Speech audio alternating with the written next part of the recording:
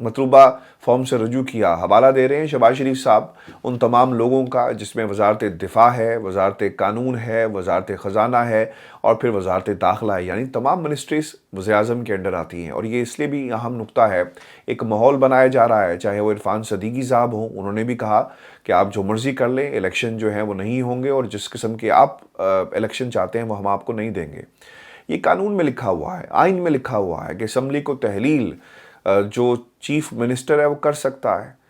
2 اسمبلیاں تحلیل کر دی گئی، اب آئین کہتا ہے کہ آپ کو الیکشن کروانے ہیں۔ ویئرز پہلے یہ کہتے تھے کہ اگر ہمت ہے تو اسمبلیاں توڑ کے دکھاؤ، خان صاحب نے اسمبلیاں توڑ دی۔ پھر یہ کہتے تھے کہ دفعہ 144 جب نفاذ کیا گیا اس سے پہلے ان کا کہنا یہ تھا کہ باہر نکل کر دکھاؤ، نکلتے کیوں نہیں ہو، خان صاحب باہر آ گئے۔ تو یہ ایک جان بوجھ کر عمران خان کو مائنس کرنے کے ہتھ کنڈے جو ہیں وہ استعمال کیے جا رہے ہیں، اور جن فورمز کا ذکر کیا گیا آپ کے سامنے ان فورمز کی حقیقت ہے، اور یہ نقطہ اس لیے بھی اہم ہے کیونکہ کل کو supreme court of Pakistan ministries کو بلائے گی اور پھر انہیں جواب دینا پڑے گا کہ اس وقت کیا صورتحال ہے۔ آپ اس ملک کے اندر اربوں روپے کی لیپ ٹاپ سکیم کا باقاعدہ آغاز کر سکتے ہیں۔ پاکستان کے اندر مفت آٹا بالکل ٹھیک ہے آپ دیں، ایک قیمت اگر اس کی رکھ دی جاتی تو بہت ہی اچھا ہوتا، کیونکہ اب تک پچھلے 3 دنوں میں 7 اموات جو ہے نا ویورز ہو چکی ہیں۔ لیکن یہ سب کچھ کرنے کے لیے آپ کے پاس پیسہ موجود ہے۔ پاکستان میں جو بڑے فیصلے ہیں جو جمہوریت کو باقاعدہ قائم کرے گی، وہ فیصلے کرنے کے لیے آپ کے پاس پیسہ موجود نہیں ہے۔ وزیر اعظم شہباز شریف صاحب یہ بھی کہتے ہیں کہ جماعتی وابستگی کے سبب آپ نے قانون نافذ کرنے والے اداروں پر حملوں کو یکسر فراموش کر دیا۔ آپ نے نجی اور سرکاری املاک کی توڑ پھوڑ اور افراتفری پیدا کرنے کی کوشش کو نظر انداز کر دیا۔ بالکل اسی طرح شہباز شریف صاحب جس طرح آپ نے اپنی بھتیجی کی زبان کو نظر انداز کر دیا، پاک فوج کے خلاف نعرے لگوائے گئے، آج بھی وہ ویڈیوز موجود ہیں سوشل میڈیا کی ٹیم کے ساتھ، جب نعرے لگے کہ اس کے یہ جو دہشت گردی ہے اس کے پیچھے کون ہے، میں وہ نعرہ ریپیٹ نہیں کرنا چاہتا، لیکن وہ مریم کی موجودگی میں لگے۔ اس وقت پاکستان کی اسٹیبلشمنٹ کیا کر رہی تھی؟ اس وقت آپ کا یہ جو آئینی روپ اور آئینی چہرہ آپ نے دکھانے کی کوشش کی ہے، یہ آئینی چہرہ کہاں تھا؟ اور پاکستان کی عوام نے آپ کا چہرہ دیکھ لیا ہے۔ آپ جتنے مرضی چہرے بدل کر پاکستان کی عوام کے سامنے آئے، آپ کا اصل چہرہ پاکستان کی عوام کے سامنے آ چکا ہے۔ شہباز شریف صاحب یہ بھی کہتے ہیں کہ پی ٹی آئی کی جانب سے ملک کو معاشی ڈیفالٹ کے کنارے لانے کی کوشش کو آپ نے نظر انداز کر دیا، اور پچھلے 1 سال سے جو ملک کے اندر دودھ کی نہریں بہہ رہی ہیں شہباز شریف صاحب، شاید یہ آپ ہی کو نظر آ رہی ہیں، جو صدر صاحب کو نظر نہیں آئی اور پاکستان کی عوام کو نظر نہیں آئی۔ پی ٹی آئی کی وجہ سے آئین، انسانی حقوق اور جمہوریت کے مستقبل سے متعلق پاکستان کی عالمی ساکھ خراب ہوئی، اور جو کچھ آپ کر رہے ہیں سپریم کورٹ آف پاکستان کے حکم کو ردی کی ٹوکری میں ڈال کر، آئین کی کتاب کو ردی کی ٹوکری میں ڈال کر، وہ شاید آئین کی بہت خدمت ہے، اور جو پاکستان کا امیج پوری دنیا میں جا رہا ہے یہ بھی بہت بڑی آپ خدمت کر رہے ہیں۔ اعتزاز احسن صاحب نے کچھ باتیں کہی ہیں، ان سے سوال یہ کیا گیا کہ یہ آئین پر آپ نے انحراف کیا یا آئین شکنی کیا۔ وہ کہتے ہیں کہ یہ آئین شکنی چھوٹا لفظ ہے،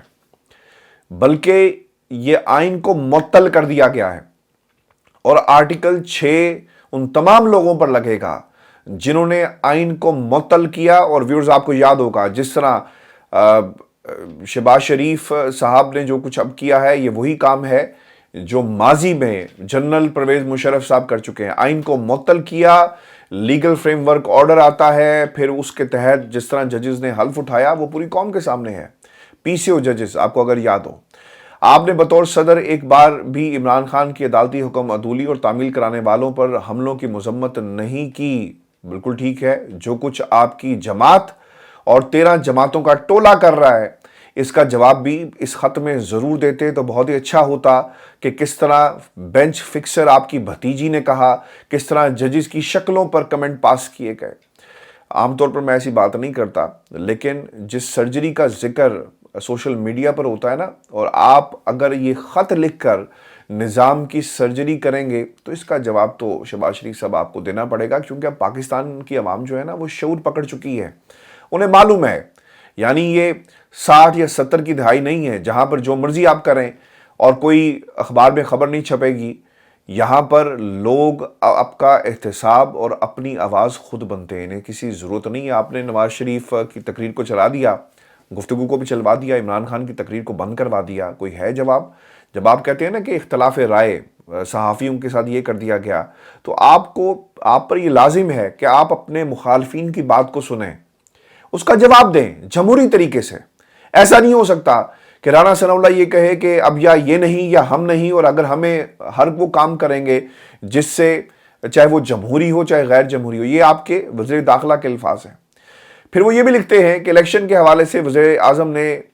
جو بات کہی کہ پی ٹی آئی کی طرف سے آپ نے پنجاب اور خیبر پختونخوا اسمبلیوں کے انتخابات کی تاریخ دے دی، آپ کا یہ فیصلہ سپریم کورٹ نے 1 مارچ 2023 کے حکم سے مسترد کر دیا۔ آپ نے 2 صوبوں میں بدنیتی پر مبنی اسمبلیوں کی تحلیل پر کوئی تشویش کا اظہار نہیں کیا۔ اچھا نا، یہ اب بیان دے کر نہ پھنس گئے ہیں یہ خط لکھ کر، چونکہ یہ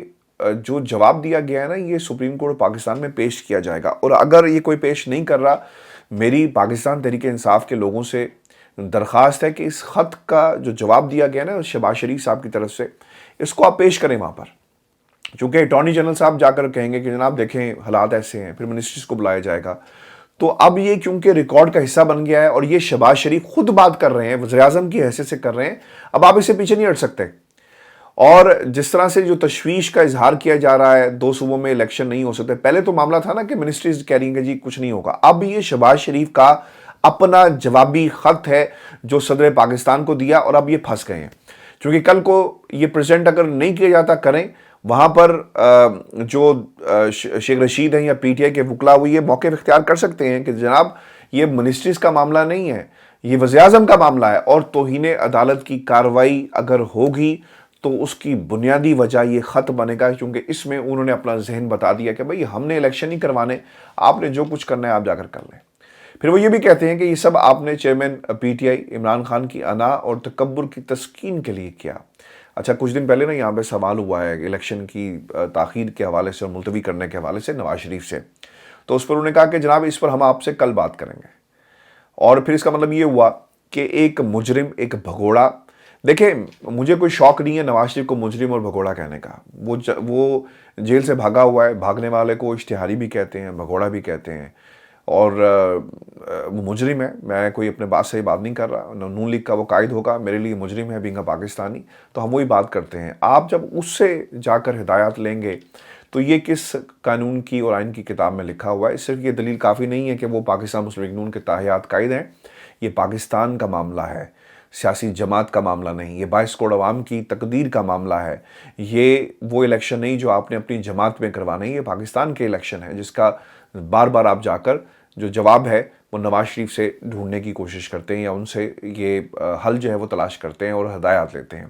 صوبائی اسمبلیاں آئینی مقصد کے لیے نہیں، وفاقی حکومت کو بلیک میل کرنے کے لیے تحلیل کی گئی۔ یہ بھی نہ سوچا کہ 2 اسمبلیوں کے پہلے الیکشن سے نیا آئینی بحران پیدا ہوگا۔ آرٹیکل 218 کا ذکر کیا گیا ہے، شفاف اور آزاد اور غیر جانبدار الیکشن ہونے ہیں، لیکن ایسا ہوتا ہوا ہمیں نظر نہیں آ رہا۔ آئین کے ساتھ چھیڑ چھاڑ کو آپ نے مکمل طور پر نظر انداز کر دیا، جو نہایت افسوسناک ہے۔ آپ کا یہ طرز عمل صدر کے آئینی کردار کے مطابق نہیں ہے،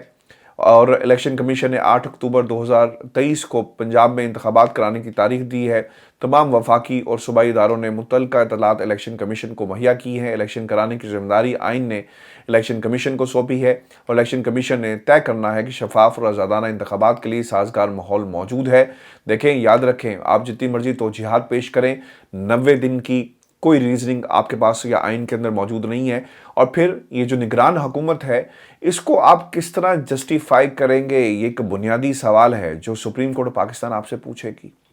پھر خط میں وزیر اعظم نے یہ بھی لکھا کہ جناب صدر، میں اور وفاقی حکومت آئین کے تحت اپنی ذمہ داریوں سے پوری طرح آگاہ ہیں۔ ہم آئین کی مکمل پاسبانی اور دفاع کے عہد پر کاربند ہیں۔ ہم آئین میں درج ہر شہری کے بنیادی انسانی حقوق کے تحت تحفظ پر کاربند ہیں، اور انشاءاللہ آئین پر جو ہے بھرپور طریقے سے عمل کیا جائے گا۔ دیکھیں، میرا تو رائٹ جو ہے وہ ایکسپلائٹ کیا جا رہا ہے اور مجھے میرا حق نہیں دیا جا رہا، بالکل اسی طرح جیسا پاکستانیوں کو ووٹ کا حق جو ہے اس سے محروم رکھا جا رہا ہے۔ تو ہر پاکستانی کو اپنے جمہوری حق کے لیے آواز بلند کرنی چاہیے۔ شہباز شریف کو ٹیگ کریں، الیکشن کمیشن کو ٹیگ کریں، سپریم کورٹ آف پاکستان کو ٹیگ کریں،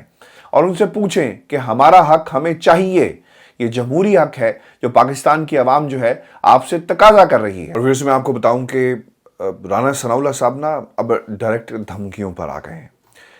اور یہ جو دھمکی دی گئی ہے یہ کسی بند کمرے میں نہیں دی گئی، بلکہ انہوں نے کیمرے کے سامنے بیٹھ کر یہ دھمکی دی ہے، اور اب اس کے بعد ان کا ایک وضاحتی بیان بھی جاری کر دیا جائے گا، چونکہ انہیں معلوم ہے کہ اب یہ ریئیکشن آئے گا، اور یہ ویڈیو، یہ بیان اس وقت سوشل میڈیا پر وائرل ہو چکا ہے۔ جو ٹویٹر کے اوپر جو چیز ٹرینڈ کر رہی ہے وہ بھی بہت اہم ہے، اور ریفرینڈم یہ جلسہ نہیں بلکہ ریفرینڈم تھا، ایسا پاکستان میں جو ٹرینڈز ہیں اس میں یہ سب اس وقت ٹاپ ٹرینڈ بنا ہوا ہے، اور باقاعدہ طور پر جلسہ نہیں ریفرینڈم تھا۔ 3 لاکھ کے قریب ٹویٹس جو ہیں وہ کی جا چکی ہیں۔ رانا ثناء اللہ صاحب نے یہ جو بلنڈر کر دیا نا، اس کی انہیں اب ایک سیاسی قیمت جو ہے وہ ادا کرنا پڑے گی۔ عمران خان صاحب نے نا ہمیشہ ایک بات کہی، اور وہ یہ کہتے ہیں کہ احتساب ہونا چاہیے ہر اس شخص کا جس نے پاکستان کو لوٹا ہے، اور پاکستان کی عوام کا پیسہ آپ باہر لے کر جاتے ہیں تو اس کا احتساب ہوگا۔ انہوں نے کبھی یہ نہیں کہا کہ میں انہیں سیاست سے الگ کر دوں گا، اور اس کی سب سے بڑی دلیل میں آپ کے سامنے رکھ دیتا ہوں۔ عمران خان اپنے پچھلے 1 سال کے اندر جتنے بھی بیانات دیے، انہوں نے یہ کہا کہ جناب ملک کے اندر انتخابات کروائے جائیں، پاکستان کی عوام پر فیصلہ منحصر ہے کہ وہ کیا دیتے ہیں۔ اگر وہ نواز شریف کو اور ان کی جماعت کو الیکٹ کرتے ہیں تو پھر یہ پاکستان کی عوام کی تقدیر ہے، اگر وہ بلاول زرداری کو اس ملک کا وزیر اعظم بنانا چاہتے ہیں تو پھر یہ ان کا مسئلہ ہے، اور اگر وہ عمران خان کو لانا چاہتے ہیں تو پھر سب کو اس مینڈیٹ کو قبول کرنا چاہیے۔ یہ ہے جمہوریت، اور اسی طرح سے پولیٹیکل ٹالرنس ہونی چاہیے۔ لیکن یہاں پر رانا ثناء اللہ نے جو باتیں کر دی ہیں، اب اس کے بعد میرا خیال ہے کہ کوئی گنجائش نہیں رہی، اور یہ مزید ایکسپوز ہو گئے ہیں۔ اگر کوئی سمجھتا ہے کہ رانا ثناء اللہ کی ان باتوں سے کوئی نون لیگ کا بیانیہ مضبوط ہوگا، اور میں یہ سمجھتا ہوں کہ نون لیگ کے جو پیار کرنے والے صحافی ہیں، ان کے قبیلے کے، انہیں یہ پوچھنا چاہیے، چونکہ جمہوریت کے جو دعوے دار ہیں، کہ آپ کس حیثیت میں یہ سٹیٹمنٹ جو ہے جاری کریں۔ کیا انہوں نے کہا؟ وہ یہ کہتے ہیں کہ ہمارا وجود ختم ہو رہا ہے،